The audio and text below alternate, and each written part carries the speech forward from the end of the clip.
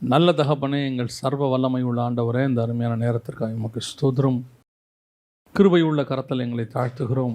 மகிமையின் தேவன் இம்மட்டும் எங்களை நடத்தி கொண்டு வந்திருக்கிறீர். இனிமேலும் நடத்த வல்லமை உள்ளவராய் இருக்கிறீர்.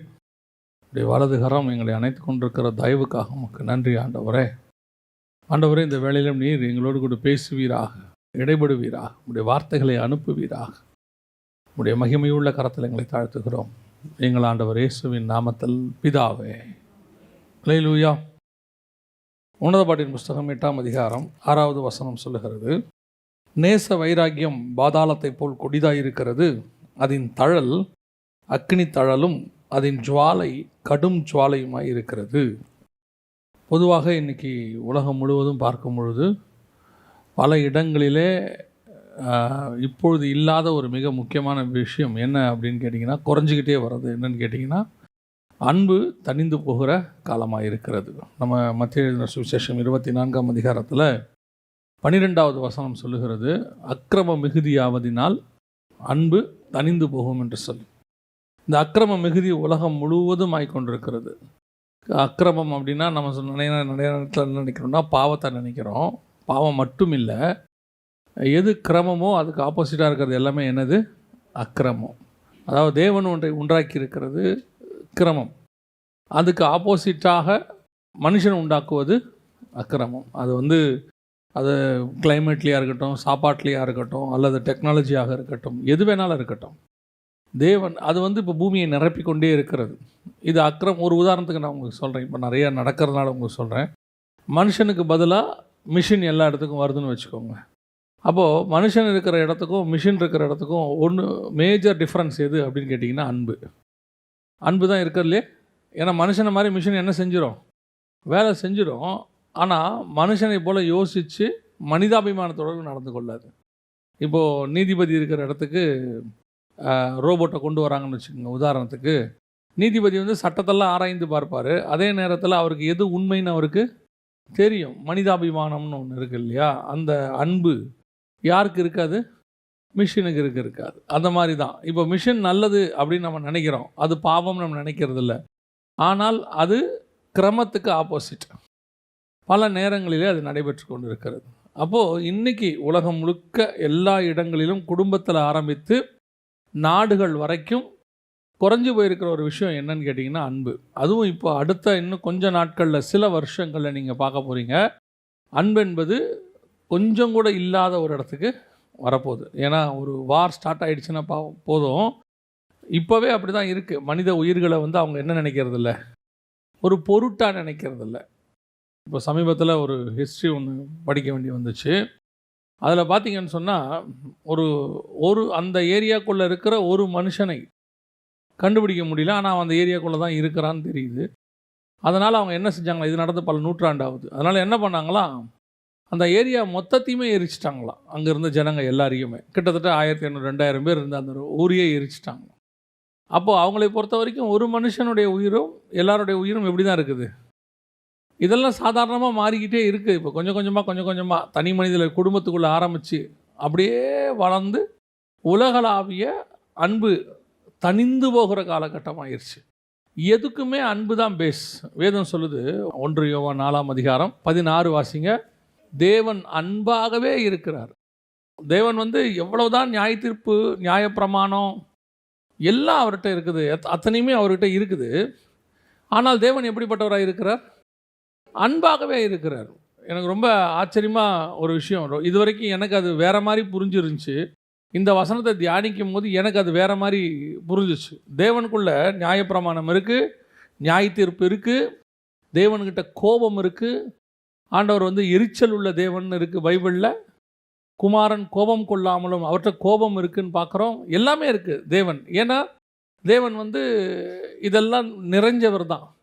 ஆனால் அவர் எப்படிப்பட்டவராக இருக்கிறாரு? அன்பாகவே இருக்கிறார்.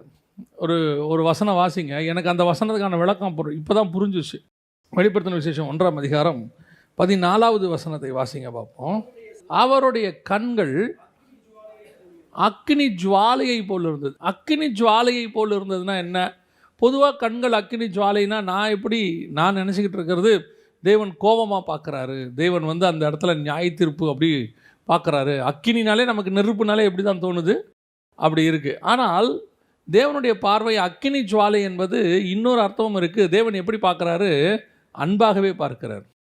அவருடைய அன்பு நேசம் எப்படி இருக்குது? அக்கினி ஜுவாலையை போல் இருக்கிறது. அவருடைய கண்கள் எப்படி இருக்கிறது?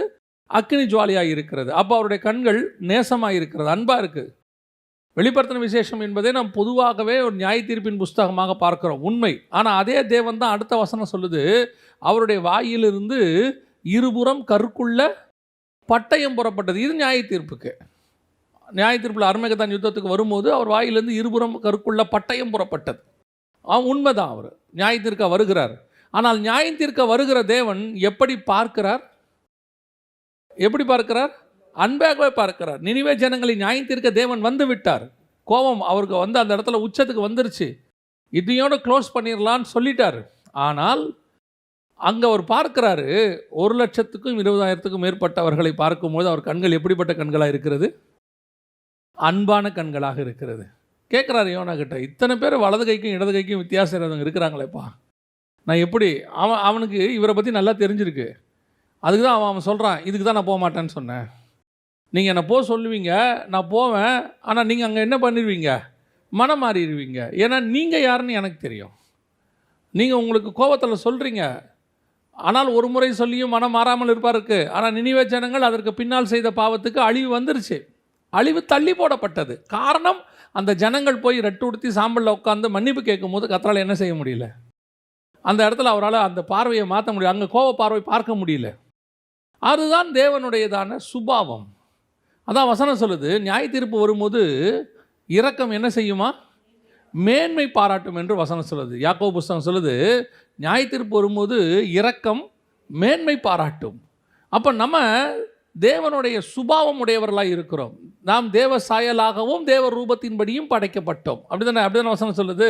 ஆதாம் எப்படி படைக்கப்பட்டார்? தேவ சாயலாகவும் தேவ ரூபத்தின் படைக்கப்பட்டார். அப்போ தேவனுடைய சாயல் ரூபம் எல்லாமே எதன் அடிப்படையில் இருக்கிறது? அன்பின் அடிப்படையில் இருக்கிறது. தேவ சாயல்னா அப்படி தான். தேவன் அன்பாகவே இருக்கிறார்னா அப்போ ஆதாமும் எப்படி தான் இருக்கணும்? அன்பாகவே இருக்கணும். தேவன் எவ்வளோ கோபம் உடையவராக இருந்தாலும், நியாயத்தீர்ப்பு உடையவராக இருந்தாலும், பல நேரங்களில் இப்போ அதுதான் மிஸ் ஆகிறது. ஒரு 50 வருஷத்துக்கு முன்னாடி, 100 வருஷத்துக்கு முன்னாடி இருந்ததான பெற்றோருக்கும் இப்பொழுது இருக்கிற பெற்றோருக்கும் என்ன வித்தியாசம்னு கேட்டிங்கன்னா, அன்னைக்கு உள்ளவங்க இன்றைக்கி உள்ளவங்கள விட கண்டிப்பாக இருந்தாங்க. ஆனால் அதை விட அவங்க அன்பாக இருந்தாங்க. இப்போ உள்ளவங்க முன்னாடி மாதிரி இருக்கிறவங்க மேலே கண்டிப்பாக கிடையாது, கண்டிப்பாக இருக்க முடியல. பல நாடுகளில் வந்து சட்டம் கண்டிப்பாக இருக்க சொல்ல மாட்டேங்குது. நம்ம ஊர்லேயே கண்டிப்பாக ரொம்ப இருக்க முடியல. பசங்க நம்மளே வந்து சொல்கிறோம், பசங்க முந்தி மாதிரி இல்லை, எதிர்த்து பேசுகிறாங்க, என்ன பண்ணுறது தெரியல. பழையபடி கண்டிப்பாக அப்போல்லாம் வீடுகளில் வந்து அடிக்கிறதுக்குன்னே ஒரு 4-5 ஆயுதங்கள் வச்சுருப்பாங்க இல்லையா? ஆனால் அவர்கள் இருந்த கண்டிப்பை விட அவர்கள் இருந்த அன்பு ஜாஸ்தி.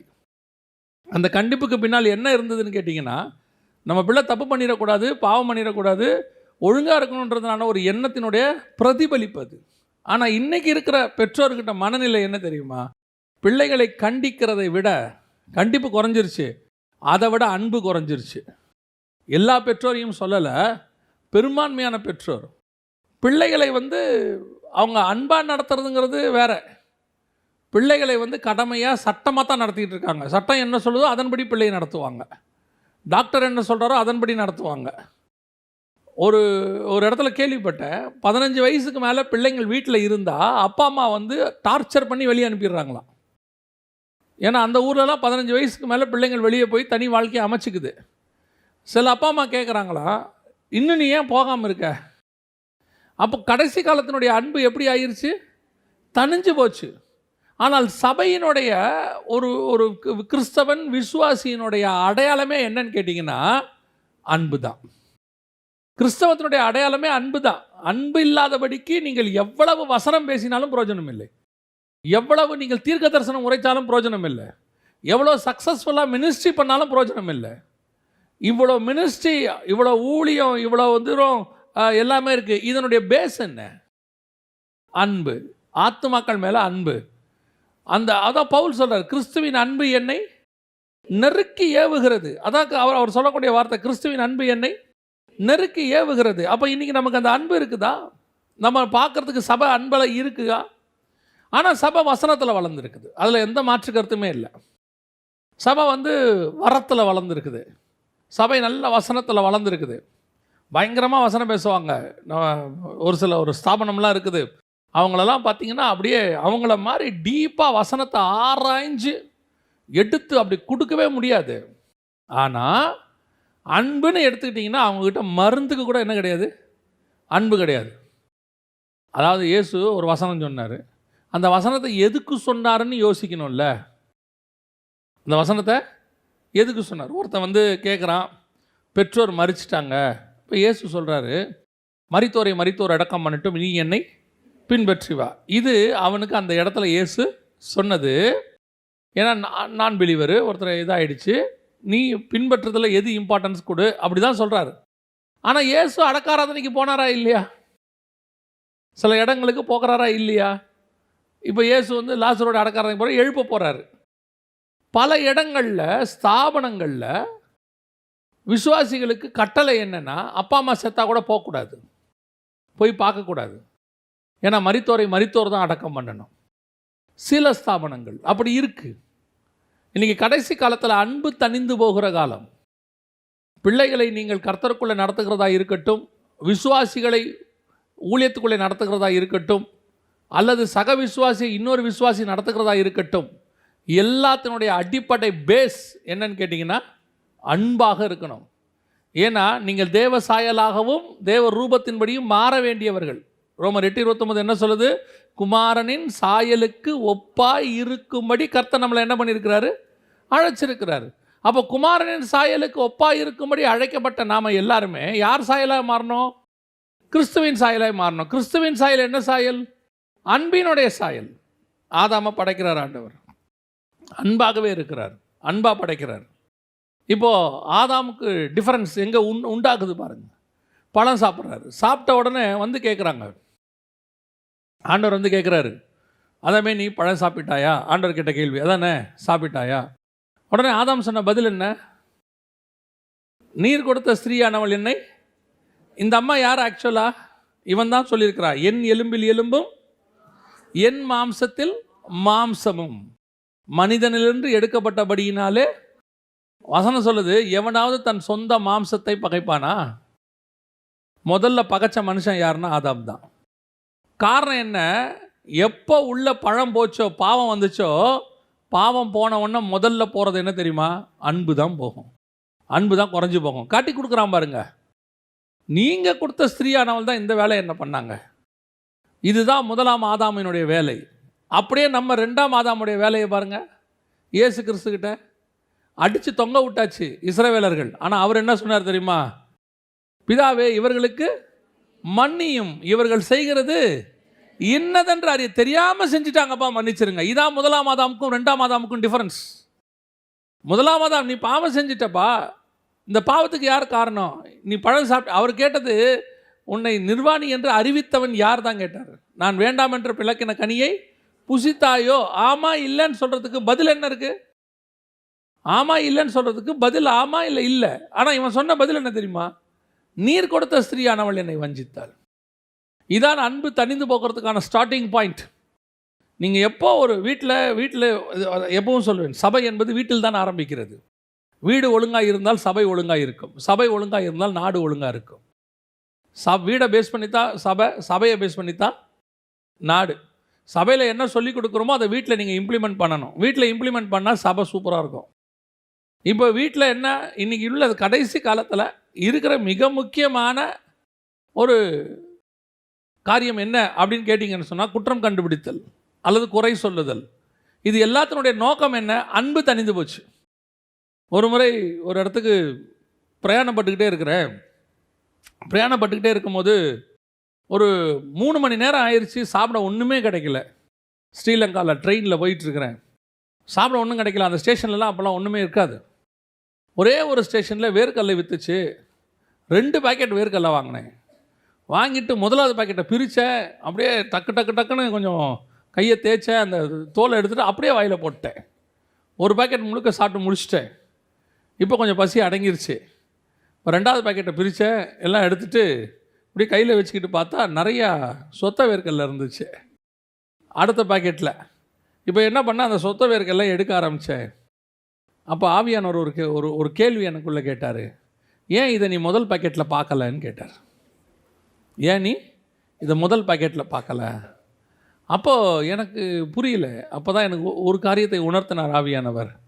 நீ பசியாக இருக்கும்போது உங்கள்கிட்ட பக்கத்தில் இருக்கிற எதிரோடைய குறையும் உனக்கு தெரியவே தெரியாது.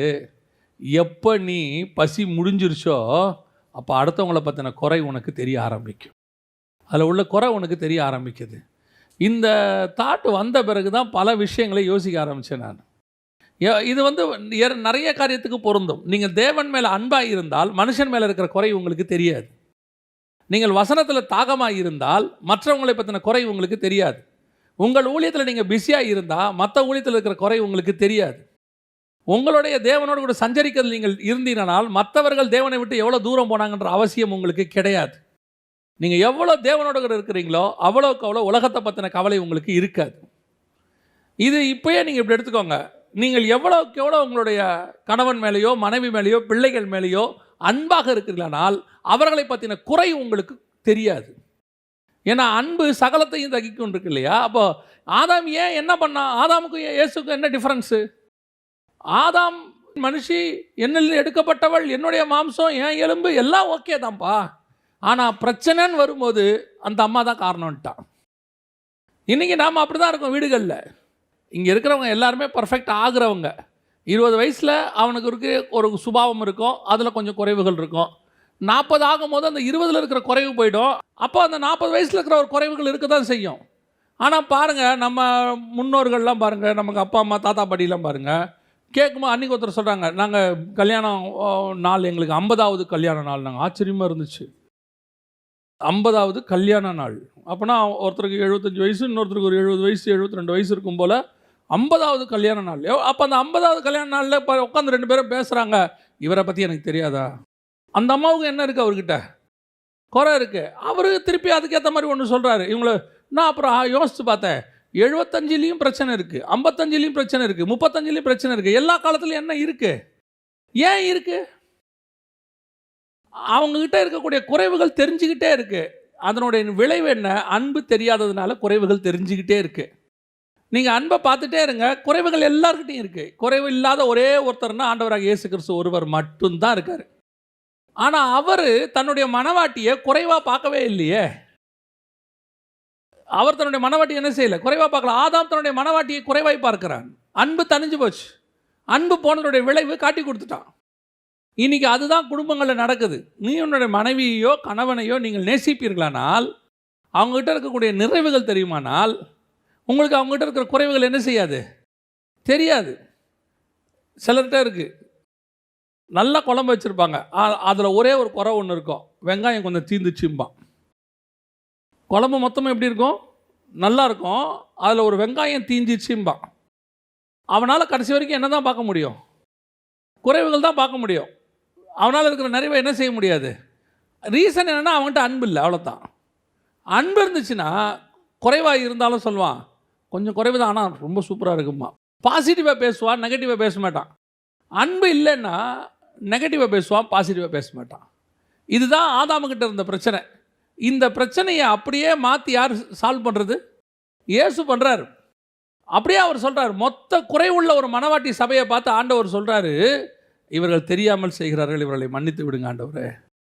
இன்னைய வரைக்கும் நம்மளை ஏன் ஆண்டவர் இவ்வளோ நேசிக்கிறார் சொல்லுங்க பாப்போம். இவ்வளோ தூரம் ஆண்டவர் நம்மளை நேசிக்கிறதுக்கு என்ன காரணம் அப்படின்னு பார்த்தீங்கன்னா, அதுதான் ஒரே ரீசன். அவர் மற்ற எதையுமே நம்மக்கிட்ட பார்க்கவே இல்லை. அவர் நம்மக்கிட்ட பார்க்குற ஒன்றே ஒன்று என்ன அப்படின்னு கேட்டிங்கன்னா, நம்மக்கிட்ட இருக்கிற அன்பு. அவர் நம்மளை நேசிக்கிற மாதிரி நாம் அவரை நேசிக்கிறோமா? ஆனால் நம்மக்கிட்ட ஒரு குணம் இருக்குது, என்ன தெரியுமா? கிறிஸ்துவை நாம் நேசிக்கிறோம். அதில் எந்த மாற்று கருத்துமே இல்லை. கிறிஸ்துவை நேசிக்கிறோம். நமக்கு கிறிஸ்துக்கிட்ட குறை இருக்குதா? ஏதாவது குறை இருக்கா? சொல்லுவோமா நம்ம கிறிஸ்துக்கிட்ட குறை இருக்குன்னு? இல்லை. மணவாளன்கிட்ட குறைவில்லை. அதுக்கு மாடலாக இருக்கிற மனுஷங்கிட்ட ஏன் நமக்கு குறைவு இருக்குது? இது ஒரு வகையில் நாம் மாய்மாலம் பண்ணுறோம். உண்மை அதுதான். நாம் இன்னும் கிறிஸ்துக்கிட்ட நமக்கு குறையில்லை, அன்பாக இருக்கிறாரு, நாம் அன்பாக இருக்கிறோம். அப்போ கிறிஸ்துவின் சாயலாய் படைக்கப்பட்ட மனுஷங்கிட்ட மட்டும் ஏன் குறைவு வருது? ஏன் உங்களால் நேசிக்க முடியல? என்ன காரணம்னா, கிறிஸ்துவை நாம் பார்க்குற மாதிரி கூட இருக்கிறவங்கள பார்க்கறதில்ல. ஆனால் கிறிஸ்து நம்ம எல்லாரையும் ஒரே மாதிரி தான் பார்க்குறாரு. ஒரே மாதிரி தான் பார்க்குறாரு. சில ஆட்கள் பார்த்தீங்கன்னு சொன்னால் அத்தனை பேர் மேலேயும் அன்பாக இருப்பான். ஊரில் எல்லார் மேலேயும் நேசிப்பான். அவன் ஊரில் நேசிக்கிற மாதிரி அவன் பார்த்தீங்கன்னா ஒரு பட்டமே இருக்கும். அவனுக்கும் இருக்கும் சரி, அவர் மனைவியும் சரி. ஐயோ அந்த அம்மா அப்படி ஒரு அன்பான அம்மா போஷிக்கலன்னு. ஆனால் வீட்டுக்குள்ளே வந்து பாருங்கள், 2 பேரும் எலியும் புனியமாக தான் இருப்பாங்க. என்ன காரணம்? அப்போ இவங்ககிட்ட அன்பு இல்லையா? இருக்குது. வெளியே இருக்கிறவங்ககிட்ட குறை இல்லையா? இருக்குது. வெளியே இருக்கிறவங்ககிட்ட குறைய பார்க்காம வெறும் அன்பை மாத்திரம் செய்கிறவங்க வீட்டுக்குள்ளே வரும்போது என்ன பார்க்குறாங்க? வெறும் குறைய மட்டும் பார்க்குறாங்க, அன்பு இல்லாமல் போகுது. ஸோ அப்போ இங்கே வரும்போது என்ன ஆகுது? வெளியே இருந்து போய் அவங்களோட சாட்சியை கேட்டு பாருங்கள். ரொம்ப அன்பான மனுஷங்க, அவர் ஏழைகளுக்கு உதவுறதுலையும் சரி, அவருக்கு இது பண்ணுறதுலையும் சரி, அவரை மாதிரிலாம் அடிச்சிக்க முடியாது. அந்த அம்மாவை பற்றி கேட்டு பாருங்கள், ரொம்ப அன்பானவங்க, எந்த நேரத்துக்கு ஓடி வந்து ஜோம் பண்ணுவாங்க, காசு இல்லைனாலும் சரியா கொண்டாந்து கொடுப்பாங்க, எல்லாம் சொல்கிறாங்க. வீட்டில் அதே சாட்சியை கேட்டு பாருங்கள். அப்போ தான் அவங்கள பற்றின உண்மைகள் வெளியே வரும். அப்போ நமக்கே சந்தேகமாக இருக்கும், இந்த அம்மா தானே சொல்கிறாங்களா, இந்த ஐயாவை பற்றி தான் பேசுகிறாங்களா? ஏன்னா இவரை பற்றி வெளியே சாட்சி வேறு மாதிரி இருக்குது. அப்போ வெளியே ஏன் அப்படி இருக்கிறார், உள்ளே ஏன் இப்படி இருக்கிறார் அப்படின்னும் போது உள்ளுக்குள்ளே இருக்கிற அவருக்கு அந்த குடும்பத்தில் இருக்கிற குறைவுகள் தெரியுது. இன்றைக்கி இருக்கிற பசங்கிட்டலாம் ஒரு நல்ல சுபாவம் இருக்குது. நம்ம காலத்தில் நம்ம அப்பா அம்மாங்கள் சொல்லும்போது நம்ம அது பெருசாக எடுத்துக்கல. ஆனால் இப்போ இருக்க பசங்க எடுத்துக்கிறானுங்க பெருசாக. ஒன்று சொல்கிறானுங்க, நம்ம அப்பா அம்மாலாம் ஒன்று சொல்லுவாங்க தெரியுமா? ஏய் அந்த பையனை பாடுறான், எப்படி படிக்கிறான் பாரு, கஷ்டப்படுற பையன், ஆனால் அவன் நல்லா படிக்கிறான், நீ நல்லா சாப்பிட்டு படிக்க மாட்டேங்கிற சொல்கிறாங்களா? இப்போ நம்ம அப்படி சொன்னோம்னா அடுத்த வார்த்தை என்ன தெரியுமா சொல்கிறான் பையன்? யாரோடைய என்ன பண்ணாதீங்க, கம்பேர் பண்ணாதீங்க. உங்களுக்கு என்னென்ன சொல்லணுமோ சொல்லுங்கள், யாரோடைய என்ன செய்யாதீங்க. இந்த வார்த்தையை எல்லாரும் சொல்கிறான்ல, எந்த வீட்டுக்கு போனாலும் சொல்லலாம். இப்போ அவனுக்கு அது பிடிக்கல, கம்பேர் பண்ணுறதே பிடிக்கல. அப்போ அவன் என்ன சொல்கிறான்? நீ அவன் ஒஸ்தி, நான் வந்து கம்மின்றியா? அப்போ நீ எங்கிட்ட இருக்க குறைய சொல்லு, இன்னொருத்தரோட என்னை கம்பேர் பண்ணாத. இதுதான் அவர்கள் எதிர்பார்க்கிறது. கிறிஸ்து ஒரு நாளும் நம்மை யாரோடையும் கம்பேர் பண்ணதே கிடையாது. நமக்கு பிரச்சனையே இல்லை, அன்கம்பேரபிள் காட். நம்ம யாரோடையும் அவரை கம்பேர் பண்ண வேண்டிய அவசியமே கிடையாது. ஆனால் அவர் நினச்சிருந்தா, இப்போ இயேசு நினச்சிருந்தா பேதுருவை கூப்பிடும்போது அழகாக சொல்லியிருக்கலாம், என்ன பேதுரு, உன்னை நான் ரொம்ப நம்பினேன், முன்னாடியே வேற சொன்னேன், நீ இப்படி செஞ்சுருக்கலாமா, நீ என்னை மறுதளிச்சிருக்கலாமா, ஒரு வார்த்தை கேட்டிருக்கலாமா? ஒன்றுமே கேட்கல. திருப்பி அவர் கேட்குறதா, அன்பாக இருக்கியா, நீ என்ன குறை இருந்தாலும் இருந்துட்டு போட்டோம், நீ என்னை மறுதளிக்கிற, சரி மறுதளிச்சிட்டு போ, ஆனால் அன்பாக இருக்கியா? அவ்வளோதான் கேள்வி. தேவன் சபையினிடத்தில் எதிர்பார்க்கிற மிக முக்கியமான சுபாவம் அன்பு. உங்களுடைய அன்பு தான் சபையினுடைய வெளிப்பாடு. உங்கள் அன்பு தான் குடும்பத்தினுடைய வெளிப்பாடு. குடும்பம் பயங்கர மினிஸ்ட்ரி பண்ணி கணவனும் மனைவியும் சண்டை போட்டு பிரிஞ்சு டிவோர்ஸ் பண்ணாங்கன்னா அந்த மினிஸ்ட்ரியினுடைய பிரயோஜனம் என்ன? அந்த மினிஸ்ட்ரியினுடைய பிரயோஜனம் என்ன? சரி, நீங்கள் நல்லா மினிஸ்ட்ரி பண்ணுறீங்க, திடீர்னு 2 பேர் உங்கள் வீட்டுக்கு வராங்க, சும்மா சண்டை போட்டுட்டு நிற்கிறீங்க. நீங்கள் அத்தனை நாள் போதிச்ச போதனை, உங்களை பற்றின சாட்சி, நீங்கள் கொடுத்த வார்த்தை அத்தனையும் என்ன ஆகும்? ஒரே சண்டை நீயும் மனைவியும் போடுறதுல கொலாப்ஸ் ஆயிரும். அப்போ நீங்கள் பண்ணதுனால எல்லாமே க்ளோஸ். 5000 பேருக்கு போதிக்க முடியும், வீட்டில் இருக்கிற 5 பேரோடு உங்களால் சாட்சியாகி வாழ முடியாது. ஆனால் இயேசு என்ன சொல்கிறாரு? நீ இங்கே இருந்தால் தான் அங்கேவே இருக்க முடியும், இங்கே சாட்சியாக இருந்தால் தான் அங்கே இருக்க முடியும். வீட்டுக்குள்ளே உன்னால் நல்ல பேர் வாங்க முடியல, வீட்டுக்குள்ளே ஒரு நல்ல கணவன், நல்ல மனைவி, நல்ல தாய், நல்ல தகப்பன்னு உன்னால் சாட்சி வாங்க முடியல. தாயும் தகப்பனும் அன்பாக இருந்தால் மட்டுமே பிள்ளைகள் அவர்கள் குடும்பத்தில் அன்பாக இருப்பார்கள். நீங்கள் என்ன சொல்கிறீங்க தெரியுமா? என் பொண்ணு போயிட்டு அங்கே போய் பயங்கர சண்டை. ஏன் சண்டை? அந்த பொண்ணு உங்கள் வீட்டில் உங்களை பார்த்து வளர்ந்துருக்குது. நீங்கள் தான் அதுக்கு முதல் சாட்சி. நீங்கள் என்ன பண்ணுறீங்கன்றத ஒரு விஷயம் நல்லா தெரிஞ்சுக்கொள்ளுங்க. நீங்கள் ஒரு மீன் மார்க்கெட்டுக்குள்ளே போயிட்டு வாங்கலேன், நீங்கள் மீன் வாங்க வேண்டாம். மீன் மார்க்கெட்டுக்குள்ளே போயிட்டு ஒரு 15 நிமிஷம் ரவுண்ட் அடிச்சுட்டு வாங்க, உங்கள் மேலே மீன் வாசனை வருமா வராதா? நீங்கள் வாங்கவே வேண்டாம், வரும் தானே? சண்டை போடுற ஒரு குடும்பத்துக்குள்ளே 15 வருஷம் இருந்தால் உங்கள் மேலே என்ன வாசனை வரும்? சண்டை போடுற வாசனை தான் வரும். உங்களை அறியாமலே அதான் வரும். உங்களுடைய சுபாவம் உங்கள் பிள்ளைகளுக்குள்ளே வந்திருக்கும். உங்கள் கணவனுடைய சுபாவம் உங்கள் பிள்ளைகளுக்குள்ளே வந்திருக்கும். உங்கள் கணவன் பேசுகிற வார்த்தை, உங்கள் மனைவி பேசுகிற வார்த்தை உங்கள் பிள்ளைகளுக்குள்ளே வந்திருக்கும். நீங்கள் அன்பாக இருக்கிறதை உங்கள் பிள்ளைகள் பார்த்தாதான். நம்ம பெற்றோரெல்லாம் ரொம்ப படிக்காதவங்க. நான் சொல்கிறது ஒரு 30-40 வருஷத்துக்கு முன்னாடி உள்ள பெற்றோர் படிக்காதவங்க, ஆனால் அவனுக்கு இருந்த ஞானம் இருந்துச்சு இல்லை. அவன் சொல்லுவான், பிள்ளைகள் எதிரில் சண்டை போடாதம்பான். அடிக்கடி ஒரு வார்த்தை சொல்லுவாங்க, பிள்ளைகள் எதிரில் என்ன செய்யக்கூடாது, சண்டை போடக்கூடாது. எதை பிள்ளைகள் எதிரில் செய்யணும், எதை பிள்ளைகள் எதிரில் செய்யக்கூடாது என்பது அவர்களுக்கு தெரியும். ஃபெஸ்டிவல் வரும், பண்டிகை வரும், பிள்ளைகளெல்லாம் கூப்பிட்டு உட்கார வச்சு மொத்தமாக கொண்டாடுவாங்க. ஆனால் சண்டைன்னு வரும்போது அவங்க 2 பேரும் சண்டை போடுறத ரூம்குள்ளே யாருக்கும் தெரியாமல் தான் போடுவாங்க. ஏன்? நீங்கள் தேவ சாயலாய் படைக்கப்பட்ட மாதிரி உங்கள் சாயலில் உங்கள் பிள்ளைகள் வரணும். உங்களை பார்க்குறாங்க உங்கள் பிள்ளைகள். இதுதான் இன்னைக்கு சபையினுடைய நிலைமை, ஆவிக்குரிய குடும்பத்தினுடைய நிலைமை. சபையிலே 3/4 மணி நேரம் உட்காந்து பிரசங்கம் கேட்குறாங்க உங்கள் பிள்ளைகள். ஆனால் 365 நாளும் உங்களைத்தான் பார்க்கிறார். வசனம் உங்ககிட்ட கிரியை செஞ்சுருக்குதா இல்லையான்றதை உட்காந்து உங்கள் பையன் பார்த்துக்கிட்டு இருக்கிறா, உங்கள் பொண்ணு பார்த்துக்கிட்டு இருக்குது. நீங்கள் என்ன தெரியுமா சொல்கிறீங்க? பையன் கொஞ்சம் கோவமாக பேசுனா, ஏன் கோவமாக பேசுகிற, ஏன் சவுண்டாக பேசுகிற? உங்களை பார்த்தா உங்கள் பிள்ளைகள் எப்படி வருவாங்க? அப்படி தானே வருவாங்க. கவனித்து கொள்ளுங்கள். அன்பு மிக முக்கியமானது. அன்பு இல்லாவிட்டால் மொத்தமும் வேஸ்ட். குறை காண்றதை நிறுத்திடுங்க. குறை இருக்குது, எல்லாருக்கிட்டையும் இருக்குது. Everybody have. Pastor PS Rajamani அழகாக ஒரு வார்த்தை சொல்வார். அவர் குடும்பங்களுக்கு ரொம்ப அழகாக செய்தி எடுக்கிற மனுஷன். அவர் அழகாக சொல்வார், அக்செப்ட் ஆஸ் இட் இஸ். கர்த்தர் உங்களுக்கு எப்படி கொடுத்தாரோ அப்படியே ஏற்றுக்கொள்ளுங்கள், அதுதான் உங்களுக்கு நல்லது. உங்களுக்கு உங்களை மாதிரி மாறணும்னு ஆசை இருக்குதா, ஜெபம் பண்ணுங்க. நீங்கள் மாற்றாதீங்க. ஏன் தெரியுமா? நீங்கள் மாற்ற ஆரம்பித்தா அவர் உங்களை மாற்றணும்னு நினைப்பார். நீங்கள் ஒருவேளை அவர் ரட்சிக்கப்படாதவராக இருப்பார், மனைவி ரட்சிக்கப்படாத மனைவியாக இருக்கும். அது ஆண்டவருக்குள்ளே வரணும்னு நினைக்கும். நீங்கள் சொன்னீங்க, கேட்கல, ஜெபம் பண்ணுங்க, அவ்வளோதான். நீங்கள் சண்டை போடுறதுனால ஒருத்தர் என்ன செய்ய மாட்டாங்க. நிறைய பேர் ரட்சிக்கப்படாத கணவன், ரட்சிக்கப்படாத மனைவி இருக்கிறாங்க வீட்டில். நிறைய பேர் என்ன நினைக்கிறாங்க தெரியுமா? பிசாஸ், எனக்கு விரோதமாய் போராடுகிற பிசாஸ். அவன் ரட்சிக்கப்படவே மாட்டான். பார்த்துறீங்களா? அந்த மனைவி ரட்சிக்கவே படாது. நீங்கள் பிசாசுன்னு சொல்லி பாருங்கள், அது தலை விரிச்சாடும். நான் எவ்வளோ கட்டினாலும் அது கட்டவே மாட்டேங்குது, ஏன் தலை விரிஞ்சே இருக்குது அப்படின்னா, உங்களுக்கு கொடுத்த மனைவியை நீங்கள் பிசாசுன்னு நினைக்கிற வரைக்கும் அது அப்படி தான் இருக்கும். உங்களுக்கு கொடுத்த கணவன் அது பிசாசுன்னு நினைக்கிற வரைக்கும் அப்படி தான் இருக்கும். நீங்கள் அதை ரட்சிப்புக்கு ஜெபம் பண்ணுங்கள், நேசிங்க. இது எப்படியாவது ரட்சிக்கப்பட்டோம் ஆண்டவரே. அப்போ நம்மளுடைய வேலை என்ன? மிக முக்கியமானது கிறிஸ்துவினுடைய அன்பு. அதை வச்சு நீங்கள் ஜெபம் பண்ணுங்கள், அதை முன்னிலைப்படுத்தி ஜெபம் பண்ணுங்கள். அப்போ தான் மிக முக்கியமாக உங்களுக்குள் இருந்து கிறிஸ்துவின் சாயல் வெளிப்படும், கிறிஸ்துவின் சுபாவம் வெளிப்படும். இது எதுக்கு? நீங்கள் இந்த அக்கினி ஜுவாலை, கிறிஸ்துவின் அன்பு உங்களை ஏவனாதான். பவுல் ஒரு வார்த்தை சொல்கிறார் பாருங்கள், வாசிங்க. 2 கொரிந்தியர் 5:14 வாசிங்க பார்ப்போம். கிறிஸ்துவினுடைய அன்பு எங்களை நெருக்கி ஏவுகிறது. நல்லா கவனிச்சுக்கொள்ளுங்க. கிறிஸ்துவின் அன்பு எங்களை நெருக்கி ஏவுகிறது.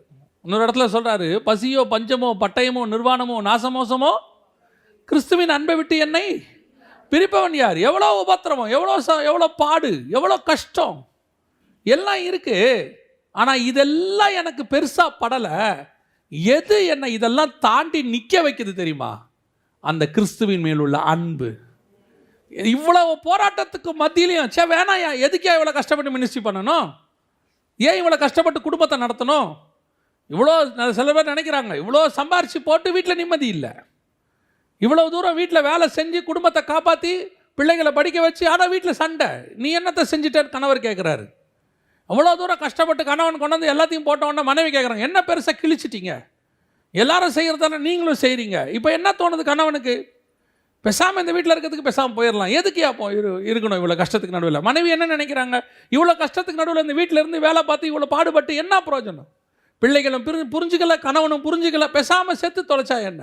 ஆனால் பவுல் சொல்கிறார், இவ்வளோ பாடுகள் எனக்கு, பசி பஞ்சம் பட்டயம் நிர்வாணம் நாசமோசம், 1 குறைய 39 அடி என்னை கொண்டு போய் கடல் மேலே போட்டு விட்டானுங்க, சிறைச்சாலையில் தொங்க விட்டானுங்க, நிர்வாணப்படுத்தி விட்டானுங்க. இவ்வளோ எதுக்கு? இவ்வளோ தோட வச்சுட்டு இயேசு மேலே இருக்கிற அன்பை வச்சு பார்த்தா இதெல்லாம் எனக்கு ஒன்றுமே இல்லை, அந்த அன்பு எனக்கு பெருசாக தெரியுது. அதைத்தான் கிறிஸ்து நம்மிடத்தில் இன்று எதிர்பார்க்கிறார். உனக்கு கொடுக்கப்படுகிற குடும்பத்தில் இருக்கிற பிரச்சனையாக இருக்கட்டும், வேலையில் வர பிரச்சனையாக இருக்கட்டும், அல்லது ஊழியத்தில் வரக்கிற பிரச்சனையாக இருக்கட்டும், உங்களை எதிர்க்கிறவர்களாக இருக்கட்டும், ஒருவேளை உங்களை புரிந்து கொள்ளாமல் நீங்கள் செய்கிற நன்மைக்கு எதிராக தீமை செய்கிறதாக இருக்கட்டும், எல்லாத்தையும் ஒரு தட்டில் வச்சிருங்க, இன்னொரு பக்கத்தை வச்சு பாருங்க கிறிஸ்துவின் அன்பை. அந்த ஒரு அன்பு இது எல்லாற்றை விட மேலானதாகத்தான் இருக்கும். அந்த அன்பின் நிமித்தம் நான் இந்த குடும்பத்தில் வாழ்கிறேன். அந்த அன்பின் நிமித்தம் நான் இன்னும் நடைபெறுகிறேன். அந்த அன்பின் நிமித்தம் நான் இன்னும் இந்த குடும்பத்தை நடத்துவேன். ஏன்? இவங்க எல்லாம் செய்யறதை விட கிறிஸ்து எனக்கு நிறைய செஞ்சிருக்கிறார். கிறிஸ்து எனக்கு நிறைய அன்பு காட்டியிருக்கிறார். அந்த சாயல் எனக்குள்ள இருக்கு. கிறிஸ்து எப்படி பாவியை நேசிக்கிறாரோ அதே போல நான் உன்னை நேசிக்கிறேன். கிறிஸ்து எப்படி இல்லாதவர்களுக்காக ஜெபம் பண்ணாரோ நான் ஜெபிக்கிறேன். கிறிஸ்துவை புரிஞ்சிக்காம ஜனங்க அவ்வளோ செஞ்சாங்க, அவர்களை மன்னிச்சார். நானும் இந்த குடும்பம் என்னை புரிஞ்சிக்காம இவ்வளவு செய்து நான் மன்னிக்கிறேன். இந்த அன்பு தான் என்னை நடத்தும். அந்த கிறிஸ்துவினுடைய அன்பு வந்துருச்சுன்னு வச்சுக்கோங்களேன், பல நேரங்களில் உங்களுடைய சாயலே மாறும். உங்கள் சாயலே மாறும். பல நேரத்தில் ஒரு கணவர் அந்த குடும்பத்தை ரொம்ப ரட்சிக்கப்பட்ட கணவர், மனைவி ரட்சிக்கப்படாதவங்க. அப்போ அவர் சபைக்கு போவார், வருவார். ஆனால் அந்த பிள்ளைங்கிட்ட இந்த அம்மா அந்த கணவரை பற்றின ஏதாவது சொல்லிக்கிட்டே இருப்பாங்க. உங்கள் அப்பா இப்படி பண்ணுறாரு, உங்கள் அப்பா அப்படி பண்ணுறாரு, இப்படி பண்ணுறாரு. கடைசியில் பிள்ளைகளும் அப்பாவை வெறுத்து விட்டாங்க. அப்பாவை ஃபுல்லாக வெறுத்துட்டாங்க. அம்மா கூட சேர்ந்துட்டு, ஆனால் பிள்ளைகளுக்கு தெரியாது. சின்ன வயசுலேருந்து 1 வயசு 2 வயசுலேருந்து அப்படியே படுக்க வச்சுக்கிட்டு பக்கத்தில் அப்பாவை பற்றி இல்லாத குறைகள்லாம் சொல்ல, ஒரு இடத்துல எல்லாம் வெறுத்து போச்சு. எல்லாம் வெறுத்து முடித்தோடனே பிள்ளைகள்லாம் அவங்க ஒரு டீனேஜ் ஆகி அப்பாவை கேவலமாக பேசினோடனே ஒரு நாள் அந்த தகப்பன் சரி வீட்டை விட்டு போயிடலாம் அப்படின்னு முடிவெடுத்தார். முடிவெடுத்த பிறகு ஆண்டவர் அவர்கிட்ட பேசினார். சரி நீ போயிடுற, நீ போயிட்ட, இப்போ இந்த குடும்பத்துக்கு யார் காவல்? இப்போ நீ ரட்சிக்கப்பட்ட நீ ஒருத்தன் இருக்கிறதுனால தான் இந்த குடும்பம் இன்னும் பாதுகாக்கப்பட்டு கொண்டே இருக்கிறது.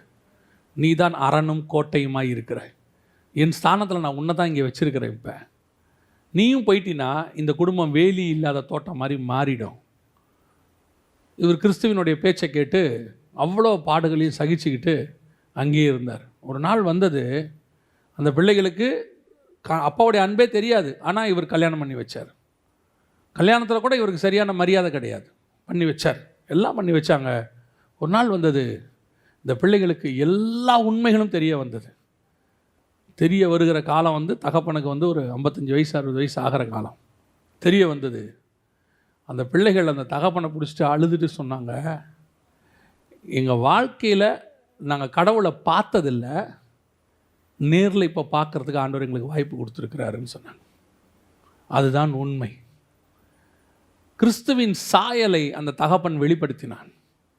ஆனால் அந்த குடும்பத்தில் அவனுக்கு ஒரு சந்தோஷம் கிடையாது, ஒரே ஒரு சந்தோஷம் கூட கிடையாது. பிள்ளைகள் சந்தோஷம் கிடையாது. பிள்ளைகள் கிட்ட வர மாட்டாங்க, பேச மாட்டாங்க, அப்பா கூப்பிட்டா மதிக்க மாட்டாங்க, அம்மா சொன்னால் மட்டும்தான் கேட்பாங்க. எல்லாம் நடந்தது.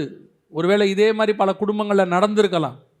நீங்கள் எவ்வளவு உண்மை உள்ளவர்களாக இருந்து கிறிஸ்துவின் நிமித்தம் அந்த குடும்பத்தை தாங்கி பிடிச்சாலும் உன் பேர் கெட்ட பேராகவே இருக்கலாம். உன்னை திட்டிக் கொண்டே இருக்கலாம், உன்னை கொடுத்து அவர்கள் கேவலப்படுத்தி கொண்டே இருக்கலாம். ஆனால் ஒரு நாள் வரும், உன் சாட்சியை கர்த்தர் கொண்டு மேன்மைப்படுத்துவார், உன்னை உயர்த்தி உட்கார வைப்பார். அது எத்தனை வயசானாலும் பிரச்சனையே இல்லை, எத்தனை நாளானாலும் பிரச்சனை கிடையாது, அது என்ன நடந்தாலும் பிரச்சனை இல்லை. உனக்குள்ள இருக்கிற கிறிஸ்துவின் அன்பு மட்டும் அந்த தணல் எரிஞ்சுக்கிட்டே இருக்கணும். ஒரு நாள் இந்த வெளிச்சண்டனையில் அந்த ஜனங்கள் ஓடி வருவார்கள். போய் எத்தனை நாள் நிற்கும்? எத்தனை பேர் உன்னை பற்றி போய் சொல்லிகிட்டே இருக்க முடியும்?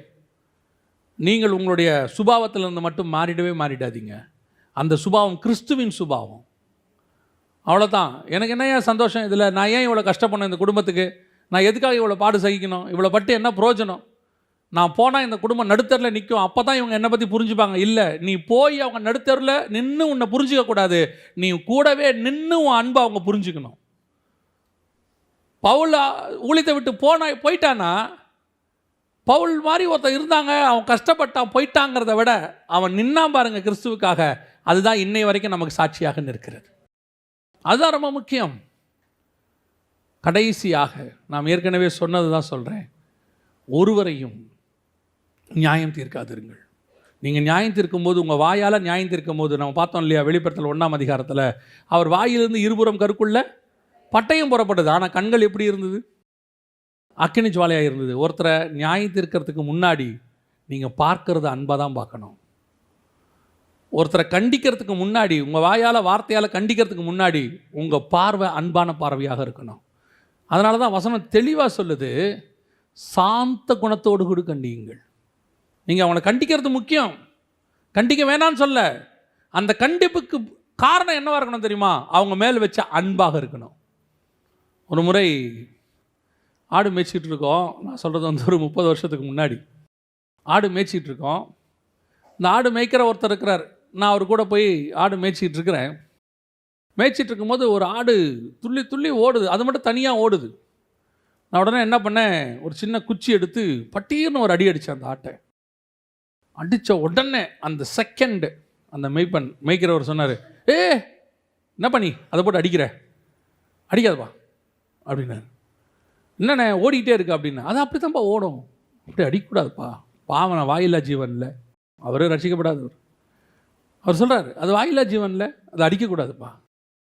ஒரு மெய்ப்பனுக்கும் மற்றவனுக்கும் உள்ள வித்தியாசம் இதுதான். ஒரு மெய்ப்பனுக்கும் மற்றவனுக்கும் உள்ளது. கண்டிக்கணும், அவரும் அடிக்கிறாரு. ஆனால் அவர் அடிக்கிற அடி தழும்பு ஏற்படுத்துகிற அடி அல்ல, திருந்துகிற அடி.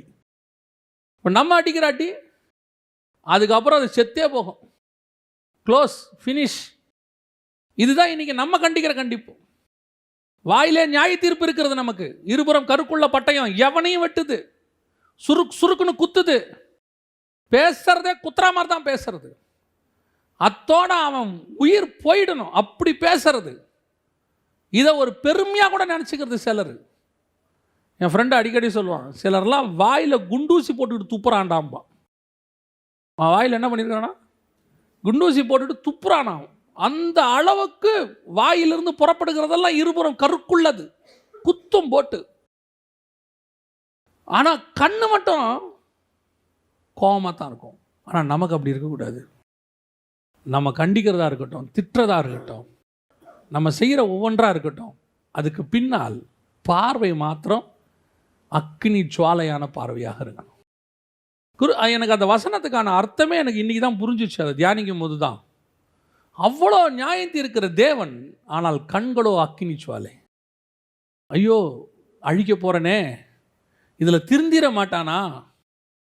அவர் சொல்கிறார், இப்பொழுதே நான் அக்கினியை போட வந்தேன், பற்றி எரிய வேண்டும் என்று விரும்புகிறேன். ஆனாலும் கொஞ்சம் இருக்கட்டும், பார்ப்போமே, இன்னும் ஒரு டைம் கிடைக்கட்டுமே, இன்னும் கொஞ்சம் டைம் கொடுத்து பார்ப்போமே. அதுதான் கிறிஸ்துவினுடைய பார்வை. மறுபடி பார்க்குறாரு, ஒலிவ மலையிலிருந்து எருசலேமை பார்த்தோன்னே அப்படி ஒரு அழுகுறாரு. ஆனால் எருசலேமுக்குள்ளே வந்தால் சாட்டையை கழட்டி சவுட்டி எடுக்கிறாரு, அது வேற, நொறுக்கி எடுக்கிறாரு. காசுக்காரனையும் புறா விற்கிறவனையும் நொறுக்கிடுறாரு. ஆனால் தூரத்துலேருந்து பார்க்கும்போது அவர் பார்வை எப்படி இருக்குது தெரியுமா? அக்கினி ஜுவாலையாக இருக்குது. ஐயோ எருசலேமே, இந்த நாளிலாவது உனக்கு அடுத்தவைகளை தெரிந்து கொண்டால் நலமாக இருக்குமே. கோழி தன் குஞ்சுகளை சேர்த்துக்கொள்வது போல உன்னை சேர்த்துக்கொள்ள மனதாக இருந்தேனே. இயேசு கண்ணீர் விட்டார். அக்கினி ஜுவாலையான கண்ணிலேருந்து என்ன வருது? கண்ணீர் வருது. இதான் அக்கினி ஜுவாலையான கண்ணீர். அக்கினி ஜுவாலைனா கோபமான பார்வை இல்லை, அக்கினி ஜுவாலைனா அன்பான பார்வை, நேசத்தின் உச்சம். அக்கினி ஜுவாலைனா நேசத்தினுடைய உச்சம். அதான் வசனம் சொல்லுது, நியாய தீர்ப்பிலே இரக்கம் மேன்மை பாராட்டும். நாம் அடுத்தவர்களை எப்போ நியாயம் தீர்த்தாலும் சரி, என்ன ஒரு காரியம் சொன்னாலும் சரி, அவங்கள பற்றி நம்ம எப்படி பேசினாலும் சரி, ஆனால் ஒன்று மட்டும், நம்ம எதுக்கு கண்டிக்கிறோன்றதை நம்ம புரிஞ்சுக்கணும். அதான் நான் எப்பவும் சொல்வேன், பாஸ்வேர்டை பேசிகிட்டு இருக்கும் போதெல்லாம் அடிக்கடி ஒரு வார்த்தை சொல்வேன். இந்த புல்பீட்டில் நிற்கும் போது நம்மை டெம்ப்ட் பண்ணுறதுக்கு, டெம்ப்ட்னா இப்போது அவர் பிரசங்கம் பண்ண வராரு, நான் சொல்கிறது ஒரு உதாரணத்துக்குன்னு வச்சுக்கோங்களேன். பிரசங்கம் பண்ண வராரு. இந்த பிரசங்கம் பண்ண வரும்போது இங்கே யார் உட்காந்துருப்பா தெரியுமா? போன வாரத்தில் அவரை திட்டினவங்க வந்து உட்காந்துருப்பாங்க, அவருக்கு தெரியாதுன்னு நினச்சிக்கிட்டு வந்து உட்காந்துருப்பாங்க. அவரை பற்றி எங்கேயாவது குறை பேசினவங்க வந்து உட்காந்துருப்பாங்க, ஆனால் அவருக்கு தெரியாதுன்னு நினச்சிட்டு உட்காந்துருப்பாங்க. ஆனால் அவர் வந்து நிற்கும் போது அவங்க தான் ஃபஸ்ட் ரோவில் ஆவியானவர் அன்றைக்கி உட்கார வச்சுருப்பார். மறைவாலாம் உட்கார வைக்க மாட்டார். எங்கே உட்கார வைப்பார்? முன்னாடி உட்கார வைப்பார். ஏன் தெரியுமா? இப்போ தான் இருக்குது சோதனை. என்ன சோதனை? இப்போ தான் நம்ம என்ன செய்ய போகிறோம்? பார்க்க போகிறோம், அவரை பார்க்க போகிறோம். பார்த்தோன்னே இங்கே சிலர் ஊழியக்காரனுக்கு விரோதமாய் பேசுகிறீர்கள், கர்த்தர் உங்களை நொறுக்க போகிறார் அப்படின்னு ஆண்டவர் பார்ப்பார். உன் கண்ணில் அக்கினி ஜுவாலை இல்லை, வாயில் இருபுறம் கருக்குள்ள பட்டயம் இருக்குது. இப்போது மாம்சத்தில் தான் இருக்கிறோம், ஆனால் எங்களுக்கு என்ன சோதனை தெரியுமா? எவன் பேசினானோ, எவன் திட்டினானோ, எவன் பண்ணானோ அவன் முன்னாடியே உட்காந்துருப்பான்.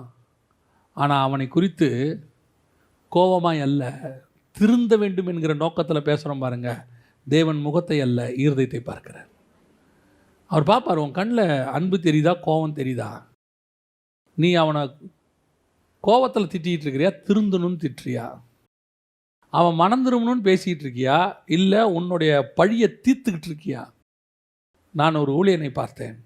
அந்த ஊழியக்காரர் புல்பீட்டிலிருந்து வெறும் கர்த்தருடைய வசனத்தை மாத்திரம் பேசின காலத்தில், அவருடைய கண்களில் அன்பு இருந்த காலத்தில், வாயிலே இருபுறம் கருக்குள்ள பட்டயம் இருந்துச்சு, அன்பு இருந்த காலத்தில் சபை பல்லுகி பெருகுச்சு.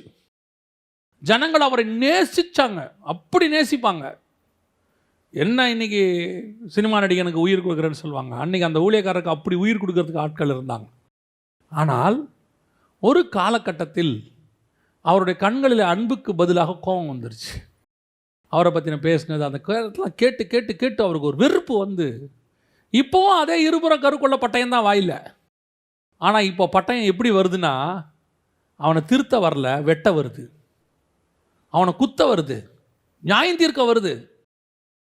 இப்போ நான் சொல்லுவேன், கொஞ்ச நாட்களில் அப்படியே அந்த கண்களில் இருந்ததான அன்பு போய் கண்கள் கோபமாக மாறின பிறகு அவரை அறியாமலேயே ஜனங்கள் அவரை விட்டு போக ஆரம்பித்தார்கள்.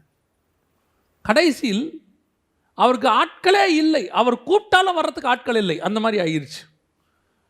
நம்ம நினச்சிக்கிட்டு இருக்கிறோம், நம்ம பேசும்போது ஜனங்களுக்கு ஒரே மாதிரி தான் இருக்குது, நம்ம கோபமாக பேசினாலும் சரி, அன்பாக பேசினாலும் சரி, ஒரே மாதிரி தான் இருக்குன்னு நினைக்கிறோம். ஆனால் இல்லை, இதை அளவுகோல் வைத்து பார்க்கிற ஆவியானவர் பக்கத்தில் நின்று கொண்டே பார்த்திருப்பார். ஒருவேளை ஜனங்களுக்கு கூட புரியாமல் போகும், ஆவியானவருக்கு நன்றாக தெரியும். நீ அவர்களை கோப கண்களில் பார்க்குறியா, அன்பின் கண்களில் பார்க்குறியான்னு கர்த்தர் பார்த்துக்கிட்டே இருப்பார். நீங்கள் அந்த ஜனங்கள் திருந்தணும்னு நினச்சி பேசுகிற வரைக்கும் ஜனங்களை உங்களை விட்டு போகாமல் அரவணைக்கிறவர் ஆவியானவர். அப்படியே அழகாக பிடிச்சி வச்சுப்பார். ஆனால் எப்போ மாம்சம் வெளிப்பட தொடங்குதோ அப்பொழுது மாம்சத்துக்கும் ஆவிக்கும் போராட்டம் இல்லை, ஆவியானவர் ஒதுங்கிடுவார். ஆவியானவர் ஒதுங்கினா இந்த கட்டமைப்பு அப்படியே உடஞ்சிடும். நான் இதை ஒரு இடத்துல கண்கூடாக பார்த்தவன். அதனால தான் உங்களுக்கு சொல்கிறேன். குடும்பமாக இருக்கட்டும், உங்களுடைய வேலை ஸ்தலமாய் கூட இருக்கட்டும், சிலர் ஒர்க்கர்ஸ் எல்லாம் கடினமாக நடத்துவாங்க. ஆனால் எப்படி கடினமாக நடத்தணும் தெரியுமா? அவர்கள் திருந்தி ஒழுங்காக வேலை செய்யணும்னு நடத்தணும். அதே நேரத்தில் ஒரு சிலர் இருக்காங்க, இவன் வேணான்னு முடிவு பண்ணால் என்ன பேசினா அவன் போவான்னு அவங்களுக்கு தெரியும். கரெக்டாக அந்த வேர்டை யூஸ் பண்ணுவாங்க, ஆனால் இன்னையோட வேலையை விட்டு நின்றுக்கிறேன்ப்பா சரின்ட்டுருவாங்க. அதே நேரத்தில் அவங்களுக்கு தெரியும் இந்த சொன்னால் அவன் போக மாட்டான்னு, அந்த மாதிரி பேசுவாங்க. அந்த ஓனருக்கு நல்லா தெரியும் எப்படி பேசினா அவன் நிற்பான், எப்படி பேசினா அவன் போவான்றது அவங்களுக்கு தெரியும். சில நேரத்தில் இவங்க ஏதாவது கடினமான வார்த்தை யூஸ் பண்ணிடுவாங்க, இவங்களே நினைக்க மாட்டாங்க அவன் போவான்னு, பத்துன்னு போயிடுவான். அப்புறம் இவங்க புலம்பிகிட்டு இருப்பாங்க, அவன் போக மாட்டான்னு நினச்சேன், பட்டீர்னு போயிட்டான், போட்டோம் போயிட்டு திரும்பி வருவான், அவன் வரவே மாட்டான். பல நேரங்களில் நம்முடைய வாயின் வார்த்தைகள் ரெண்டாவது, நம்முடைய கண்ணின் பார்வை ரொம்ப முக்கியம். நம்ம என்ன நோக்கத்துக்கு பேசுகிறோம், என்ன நோக்கத்துக்கு பண்ணுறோங்கிறத கர்த்தர் பார்த்துக்கிட்டே இருக்கிறார். உன் கண்கள் அக்கினி சுவாலையாய் இருக்கிற வரைக்கும், அதில் அன்பு வெளிப்படுகிற வரைக்கும் உன் வாயிலிருந்து புறப்படுகிற வார்த்தைகளை ஜனங்கள் நன்மையாய் எடுத்துக்கொள்வார்கள். ஜனங்கள் அதை திருத்துவதற்கு எடுத்துக்கொள்வார்கள். எப்பொழுது உங்கள் கண்களிலே அந்த அன்பு போய் அந்த கண்களிலே கோபம் வருகிறதோ அப்பொழுது ஜனங்கள் அதை வெட்டுகிறதாக எடுத்துக்கொள்வார்கள். கிறிஸ்து நியாயம் தீர்க்கிறவராய் இருந்தாலும் வசனம் சொல்லுது, அவருடைய கண்கள் அக்கினி சுவாலையாய் இருந்தது. இந்த சுபாவங்கள் நமக்கு இருக்குமானால் நம்முடைய குடும்பமும் ஒரு சபையை போல இருக்கும், நாமும் கிறிஸ்துவை போல இருப்போம். அல்லேலூயா. நம்ம ஜெபம் பண்ணலாமா? நாம் ஜெபிக்க போகிறோம். எல்லாம் எழுந்திருப்போமா தேவ சமூகத்தில். நன்றி ஆவியானவரே, உம்முடைய கிருபையுள்ள கரத்தில் எங்களை தாழ்த்துகிறோம். அப்பா, தேவரீர் எங்களுக்கு முன்குறித்ததான எத்தனையோ காரியங்களை அன்பு இல்லாதது நிமித்தம் நாங்கள் இழந்து போயிருக்கிறோம். ஆண்டவரே, கோபத்தினாலே நாங்கள் இழந்து போயிருக்கிறோம், மூர்க்கத்தினாலே நாங்கள் இழந்து போயிருக்கிறோம், அவசரமாக பேசினதுனாலே நாங்கள் இழந்து போயிருக்கிறோம். நாங்கள் பேசின ஒரு வார்த்தை எத்தனையோ நாட்கள் எங்களுக்கு எதிராக வந்து நின்று இருக்கிறது ஆண்டவரே. ஆண்டவரே, எங்களுக்கு எதிராய் நிற்கிறவர்களை குறித்து அல்ல, எங்களை குறித்து நாங்கள் சுய பரிசோதனை பண்ணுகிறோம் ஆண்டவரே. எங்கள் கண்கள் எப்பொழுதும் அக்கினி ஜுவாலை உள்ள கண்களாகவே இருக்கட்டும். கிறிஸ்துவின் அன்பு அக்கினி ஜுவாலையாக எங்களுக்குள் எப்பொழுதும் இருக்கட்டும் ஆண்டவரே. நாங்கள் எதை பேசினாலும் கிறிஸ்துவின் அன்பிலே நிறைந்து பேச, ஒருத்தரை கண்டித்தாலும் கிறிஸ்துவின் அன்பிலே நிறைந்து கண்டிக்க, ஒருத்தருக்கு ஆலோசனை சொன்னாலும் கிறிஸ்துவின் அன்பிலே நிரம்பி ஆலோசனை சொல்ல எங்களுக்கு கிருபை பாராட்டுங்கப்பா ஆண்டவரே. எங்கள் மாம்சம் வெளிப்பட வேணாம் ஆண்டவரே. நாங்கள் மாம்சத்தில் யாரையும் திருத்த முடியாது ஆண்டவரே. எங்கள் மாம்சம் எதுக்கும் உதவாதது ஆண்டவரே. ஆவியானவர் நீங்க பேசினாதான்ப்பா திருத்த முடியும். ஆவியானவர் நீங்க தான் எங்களுக்குள்ளது கிரியை செய்ய முடியும் ஆண்டவரே. ஆதாமை போல நாங்கள் மற்றவர்களை குறை சொல்லுகிறவர்களா இராதபடி நேசித்து ஒருவர் பாரத்தை ஒருவர் சுமக்கத்தக்கதாக கிறிஸ்துவின் சுபாவத்தை வெளிப்படுத்துகிறவர்களாய் மாறட்டும் ஆண்டவரே. எங்க இரண்டாம் ஆதாமோ எங்கள் பாவங்களை அவர் ஏற்றுக்கொண்டார். பிதா கிட்ட எங்களை குற்றப்படுத்தவே இல்லை. இன்னைய வரைக்கும் பிதா கிட்ட எங்களுக்காக மன்றாடி கொண்டு இருக்கிறீங்க, பறிஞ்சு பேசிக்கிட்டு இருக்கிறீங்க. ஒரு பக்கம் இரவும் பகலும் குற்றப்படுத்துகிறவன் ஒருத்தவன் குற்றப்படுத்தினாலும் கூட நீரோவென்றால் எங்களுக்கென்று பரிந்து பேசிக்கொண்டே இருக்கிறீர் ஆண்டவரே. அது நீர் எங்கள் மேல் வைத்த அன்பு, நீர் எங்களை நேசித்த நேசம்.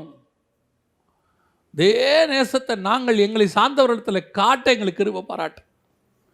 எங்கள் தலையாகிய கிறிஸ்து மனவாட்டி சபை கிட்ட காத்துற அதே அன்பை நாங்கள் எங்கள் குடும்பங்களிலே காட்ட எங்களுக்கு கிருபை பாராட்டுங்க.